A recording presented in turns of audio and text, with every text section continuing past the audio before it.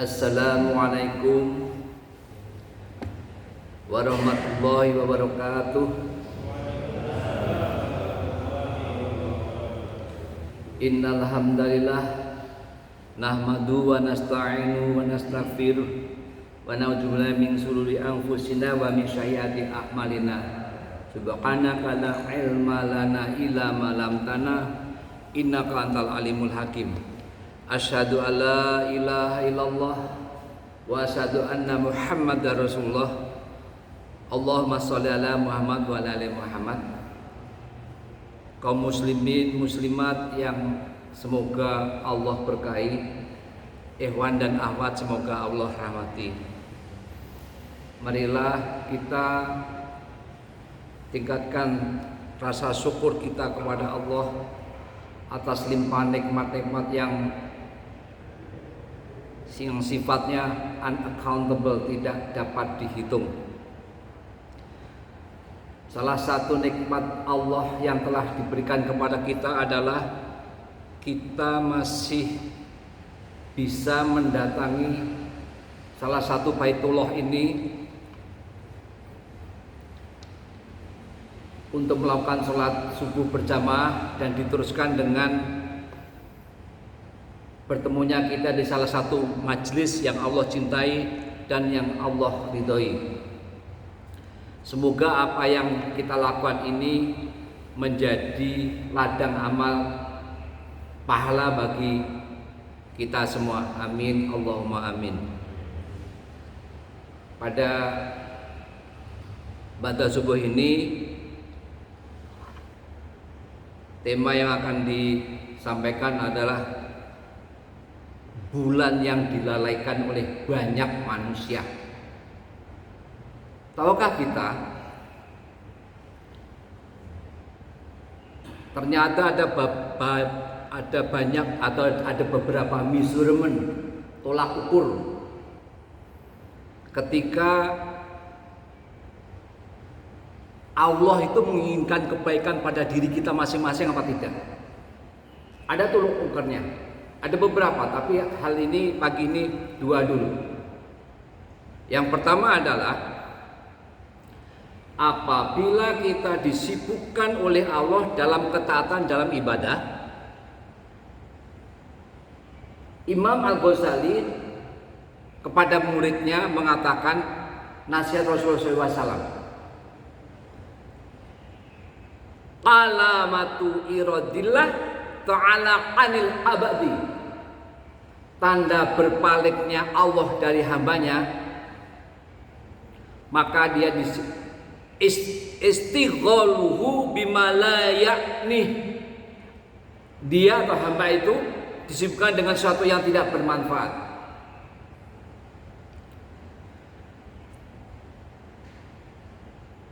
Berkaitan dengan usul fikih yang kemarin diajari oleh Ustaz Miftah pada hari antara maghrib hingga isya, mafhum mukhalafahnya dari perkataan Imam Al-Ghazali kepada muridnya adalah siapapun yang Allah senangi, yang Allah ridhoi, maka bisa dipastikan Allah akan menyibukkan dalam kebaikan dan ketaatan.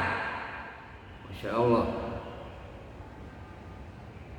Jamaah ini bapak-bapak ini dan ibu-ibu selalu ada ketaatan-ketaatan baru yang selalu dilakukan ataupun yang tidak baru.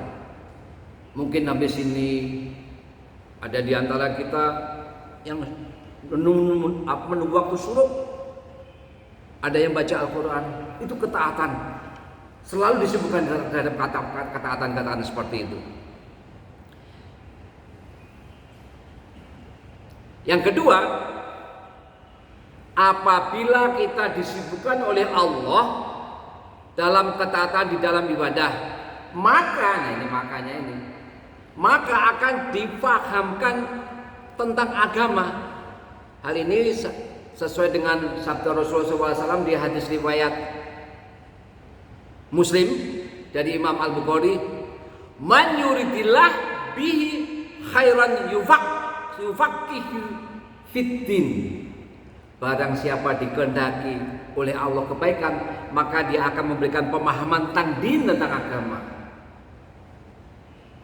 Contohnya, kalau dulu nggak paham, sekarang jadi paham.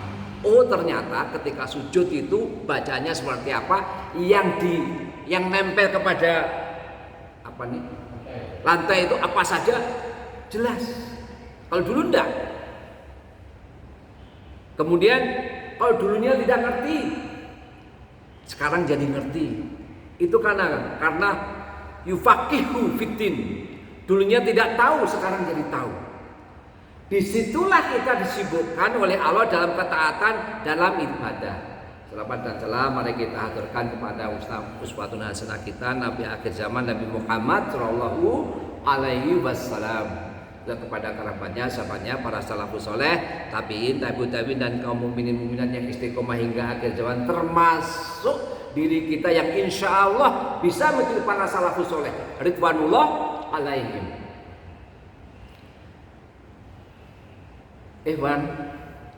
Ihwatul iman azainallahu wa iyyakum. Hari ini hari Jumat, Syahidul Ayam, tuan atau bapaknya hari, dari Senin hingga Ahad. Inilah hari yang terbaik. Dalam hadis riwayat Muslim dari Abu Hurairah,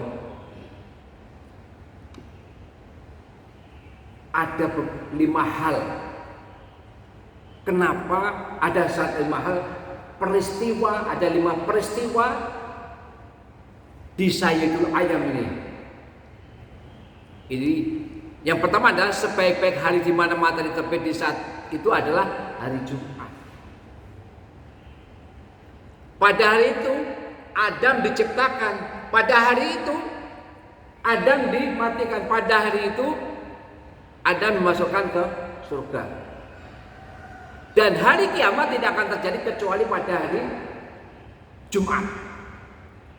Jadi ada dasar kenapa dikatakan Syahidul Ayam. Bapak, hari ini tanggal 1 Syakban 1443 Hijriah. Dan kita tahu bulan lalu kita telah melewati 1 hari, 1 bulan maksud saya, yaitu adalah bulan Rajab, yang dimana itu termasuk dalam Arba'atun Hurum, ada 4 bulan haram. Nah, Ibnu Abbas, Abdullah bin Abbas menafsirkan di surat 9 surat At-Taubah ayat 36, ada 2 hal. Pahala akan dilipat gandakan ketika kita melakukan kebaikan-kebaikan di bulan Rajab kemarin. Namun juga begitu, dosa akan dilipat gandakan 2 kali lipat ketika kita melakukan maksiat kepada Allah. Nah, Ikhwan fillah, bulan Syakban yang antara Rajab dan Ramadan ini adalah bulan istimewa dan banyak yang terlupakan. Bulan Syakban banyak dilalaikan. Ini bukan statement keluar dari saya, tapi adalah sabda Rasulullah SAW dalam hadis riwayat An-Nasai nomor 2357. Dzalika sarun yakfulun nas. Bulan Syakban adalah bulan di mana manusia mulai lalai. Anhu baina Rajaban wa Ramadan, yaitu di antara bulan Rajab dan Ramadan. Kenapa lalai? Kenapa? Kalau lalai itu bahasa Jawa. Kenapa lalai? Salah satu penyebabnya di bulan Rajab kemarin kita sudah istilahnya full endurance. Ibarat motor daya tahannya dipakai semuanya. Jadi akibatnya sekarang agak lemah. Bisa jadi salah satunya itu. Yang kedua, di bulan Ramadan, Masya Allah, Tidak perlu kita banyak ngomong. Tapi di hadis riwayat Muslim nomor 1151, Allah ingatkan, illa as-sauma fa innahu li, kecuali amalan puasa tersebut adalah untukku, kata Allah. Pertanyaannya, tinggal sebulan lagi kita puasa, kita Ramadan. Sudah siapkah kita? Kesempatan. Wa ana ajzi, aku sendiri yang akan membalasnya. Masya Allah, ini dia. Kalau sholat 2 rakaat sebelum subuh, pahalanya jelas. Kalau kita infak, pahalanya jelas. Di surat 261, 700 kali lipat. Tapi ini puasa, saum yang akan kita lakukan pada bulan depan itu, yang tinggal mungkin 29 hari lagi, kata Allah, aku sendiri yang akan membalasnya. Artinya apa? Ini menunjukkan bahwa wallahu yudha'ifu lima yasha. Allah melipatkan dengan ganjaran bagi siapa saja yang dikehendaki. Unlimited bisa jadi. Di khutbah Jumat kemarin saya singgung ada 3 hal. Mizan Allah itu sampai menjomplang. Menjomplang itu gimana? Begini ya. Terlalu berat. Ada 3 amalan yang terlalu berat. Yang pertama apa? Saum. Yang kedua apa? Pemaaf. Yang ketiga apa? Penyabar di ayat di surah Az-Zumar. 3 hal itu. Nah, perihal ini Allah ingatkan kita di surat Al-A'raf ayat 205. Wala tankum minal ghafilin, dan janganlah kamu termasuk orang-orang yang lalai. Korelasinya dengan hadis An-Nasa'i nomor 2357 tadi, ketika manusia lalai terhadap Sya'ban, bulan ini sekarang, ini hari pertama, lupa terhadap haknya Sya'ban, lupa menyambut dan menjamu bulan Sya'ban, maka kata Allah, firman Allah, wala tankum minal ghafilin, kalian jangan bergabung dengan kelompok orang-orang yang lalai. Allah udah ingatkan. Nah, jangan ikut-ikutan lalai. It's another meaningnya, arti lainnya. Kita harus sambut bulan Sya'ban ini. Kita harus selalu lakukan di bulan Sya'ban ini. Banyak hal. Jamaah rahimani wa rahimahullah. Lalu apa keutamanya bulan Sya'ban ini? Yang pertama, ini adalah peluang beribadah, memberikan kesempatan mendapatkan pahala yang berlipat ganda. Kenapa? Dikarenakan bahwa bulan Sya'ban adalah bulan yang dilalaikan oleh manusia. Di sisi lain, jumhur ulama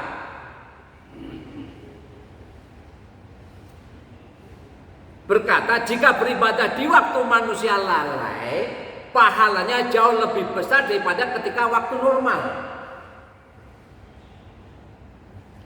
Komparasinya seperti ini. Ketika sholat tahajud, tidak banyak orang yang sholat tahajud. Disitulah Allah lipat gandakan ketika apa? Banyak orang yang lalai, banyak orang yang tidak sholat tahajud, tapi antum wa ana bangun, ambil air wudhu, rapi-rapi, sholat tahajud, mengengadah tangan kita. Ya Allah, Allahumma gfirli, ampunilah kami, dan seterusnya. Masya Allah. Nah, hal ini juga sesuai dengan sabda Rasulullah SAW dari Makil bin Yasar di dalam riwayat Muslim. Dan hadis ini dibahas oleh para ulama ketika berbicara bulan Sya'ban. Rasulullah bersabda, al ibadu fil haraj ka hijratin ilayya. Ibadat ketika al haraj itu bisa bermakna fitnah, bisa bermakna ketika orang lalai. Al-haraj, ibadat ketika al-haraj seperti kamu berhijrah kepadaku, kata Rasulullah SAW. Bapak ini tidak bakal bisa sholat kalau tidak ada Rasulullah SAW. Artinya apa? Uswatun hasanah kita. Rasulullah bersabda, kalau kalian melakukan ibadah di hari-hari yang sifatnya, waktu yang sifatnya haraj, yang banyak orang lalaikan, yang banyak orang fitnahmu, Allah akan tambahkan, lipat gandakan. Nah, tadi al-haraj itu bisa bermakna fitnah, tapi juga bisa bermakna pada waktu manusia lalai. Ketika manusia ghaflah, lalai terhadap bulan Sya'ban, sementara kita beribadah, maka paling seperti berhijrah kepada Rasulullah SAW. Subhanallah. Maka mari kita manfaatkan bulan Sya'ban ini yang baru hari pertama ini, baru the first day ini. Selain kita mendapatkan pahala sholat kita, menghadiri majelis ilmu semacam ini, kemudian mungkin puasa, mungkin pahala yang lain, baca Al-Quran, zikir dan yang lain, maka masya Allah pahalanya hijrah kepada Rasulullah SAW. Inilah ibadah yang sangat prestisius, sangat prestis. Kenapa prestis? Karena orang lain tidak melakukan, kita lakukan sendiri. Enggak banyak orang lakukan seperti itu. Kalau ditanya, apakah semua orang sholat tahajud? Belum tentu. Nah, contoh siapa yang melakukan ini adalah apa? Sosok-sosok sahabat radhiyallahu anhum. Mereka itu melakukan ibadah yang mempertaruhkan nyawa, harta benda. Sejauh berapa? Sejauh antara 450 sampai 500 kilo. Jadi kalau di Surabaya itu 1000, nah separuhnya lah kira-kira. Harta benda sejauh itu apa? Hijrah dari Mekah ke Madinah. Masya Allah. Kenapa disebut ibadah yang itu yang sangat prestis? Karena ibadah di saat manusia lalai. Itu kan kenapa dibilang prestis? Contoh, ini ada kemarin hari Kamis, belum ini. Hari ini mulai Sya'ban, ini hari Jumat, hari Senin nanti sahur di bulan Sya'ban lebih sulit dibandingkan dengan sahur di bulan Ramadan. Logikanya bagaimana? Ketika Ramadan, anak kita, istri kita semuanya pada makan sahur bersama-sama, satu meja, satu tempat. Tapi kalau sekarang tanya ahli saum, ahlul saum seperti Pak Kiai depan saya. Tidak semuanya di rumahnya beliau itu sahur. Mungkin cuma beliau sama istrinya saja. Jadi itulah makanya ini adalah ibadah yang prestis. Di mana bulan Ramadan itu atmosfernya beda, suasananya beda, environmentnya, lingkungannya beda. Ketika kita masuk, biasanya coba kita lihat awal Ramadan. Kalau nggak penuh ini, Alhamdulillah, insya Allah. Itulah.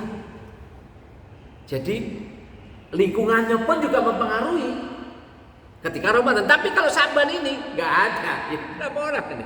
Tadi berapa? 3 saf. 3 saf kali 18 atau 12.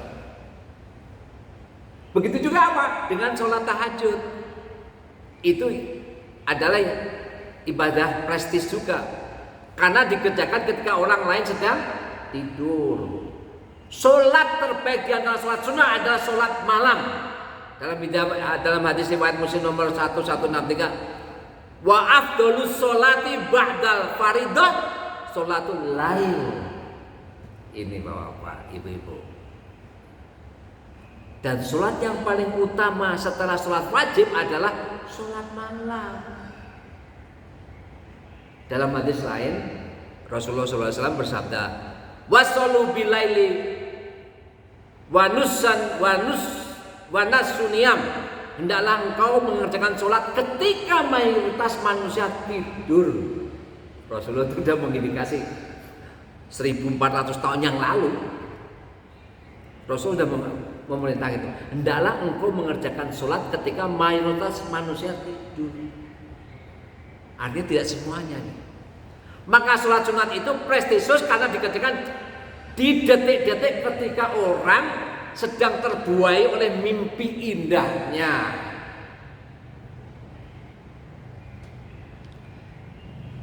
Evan rahimakumullah. Yang kedua, kata yang pertama peluang beribadah. Yang kedua, bulan Syaban, bulan di mana amal ibadah kita 1 tahun penuh kemarin dari Ramadan hingga Rajab ini diangkat, dilaporkan kepada Allah Subhanahu wa taala. Kok antum bisa ngomong gitu? Nah, ada dasarnya. Saya cuma membacakan Nabi sallallahu alaihi wasallam bersabda di hadis An-Nasai nomor 2357. Wa huwa sahrun tufa'u fihil a'malu ila rabbil alamin. Bulan tersebut adalah bulan dinaikannya berbagai amalan kepada Allah, Rabb semesta alam. Jadi jangan salah, bulan Syaban ini hati-hati. Jangan sampai melakukan maksiat kepada Allah. Diangkat loh.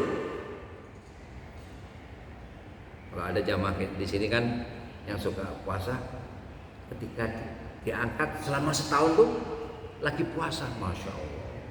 Sama dengan Senin dan Kamis. Itu.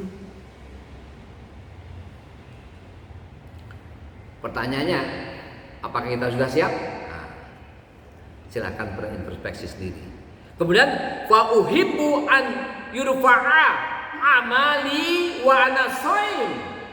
Oleh karena itu aku amatlah suka untuk berpuasa ketika amalanku dinaikkan. Masya Allah. Inilah yang perlu kita lakukan di bulan Syaban. Orang yang banyak lalai. Evan Fidin Arsadakumullah, ketika masuk bulan Syaban,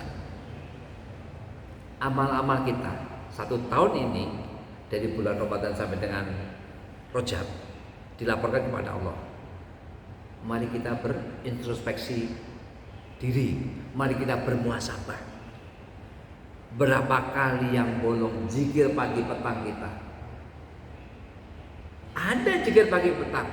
Apalagi kalau dilakukan setelah sholat subuh, dengar kultum atau kajian, diteruskan lagi dengan zikir pagi petang, masya Allah. Habis itu syuruk, masya Allah. Itu nggak banyak, hanya segelintir orang yang mau melakukan itu. Nah, ini nanti yang kedua nih nanti. Ini untuk kamu nih.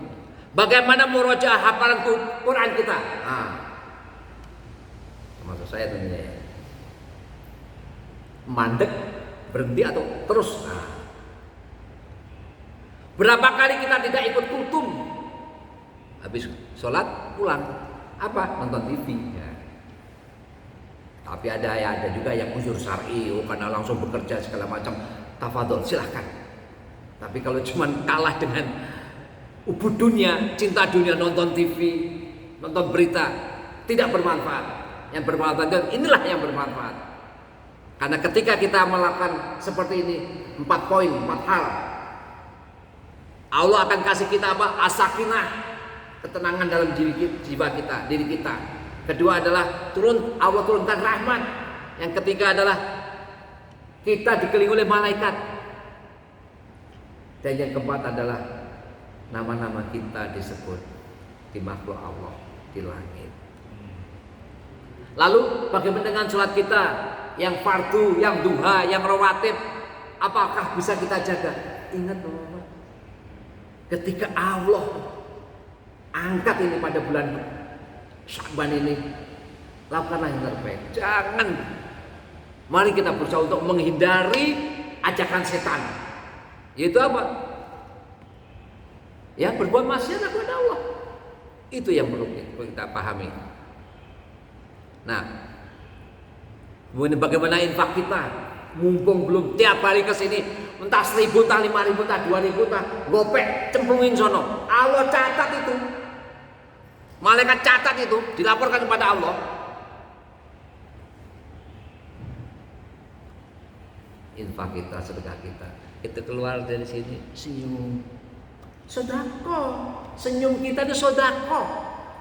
Karena yang namanya infak itu bentuknya harus natural, ada wujudnya, duit, barang apa, kayak panarni. Ini natural ini. Kalau nggak salah untuk itu nggak salah. Tapi kalau sedekah, senyum itu termasuk sedekah. Nah. Poinnya adalah ibadah yang mungkin ada kurang ikhlasnya, kurang khusyuknya. Kemudian dilaporkan, dilaporkan kepada Allah Azza wa Jalla. Lalu apakah kita pantas? Kita cuek-cuek saja, tidak mau memperbaiki diri, cuek. Ini kalau saya terhadap anak saya sentil telinganya. Tak benar kalian. Untuk itulah kita jangan cuek-cuek aja, selalu memperbaiki diri, selalu meningkatkan ritme ibadah kita. Padahal Allah sudah ingatkan di surat Luqman ayat 34. Apa firman-Nya? Wa ma tadri nafsun bi ayyi ardin tamut. Dan tidak satu pun orang yang tahu di belahan bumi mana mati. Mati bukan karena penyakit, tapi mati karena rezeki yang sudah habis, Allah ambil, selesai. Sudah siapkah kita untuk mati? Siaplah, siap. Makanya selalu di bulan ini, bulan Sya'ban ini, jangan melakukan hal yang buruk dan jangan melakukan hal-hal yang tidak bermanfaat. Contoh apa? Rokok tidak bermanfaat itu, untuk akhirat tidak bermanfaat itu. Malah zolim li nafsik, menzolimi diri sendiri. Kenapa? Kan penyakit itu. Yang kedua, duitnya hilang. Ya kalau penyakit, kan gak kenyang. Kesimpulannya, mari kita pahami, jangan sampai bulan Sya'ban ini dianaktirikan. Berbeda dengan bulan Rajab dan Ramadan. Wah, Ramadan Masya Allah, Rajab Masya Allah. Jangan sampai dianaktirikan di bulan ini. Bulan Sya'ban, jadi kesimpulannya bahwa bulan Sya'ban itu adalah ada 2 hal. Pertama, ini ada sebuah peluang beribadah, memberikan kesempatan untuk mendapatkan pahala yang berlipat ganda. Tadi disebutkan dalam hadis riwayat Muslim, al ibadu fil haraj kahijratin ilayya, ibadat ketika al haraj seperti kamu berhijrah padaku, kata Rasulullah SAW. Yang kedua, bulan Sya'ban di mana amal ibadah kita selama 1 tahun penuh diangkat oleh Allah, diangkat oleh malaikat untuk dilaporkan kepada Allah. Seperti sabda Rasulullah SAW di hadis riwayat Anas nomor 2357, wa huwa syahrun turfa'u fihil amalu ila rabbil alamin.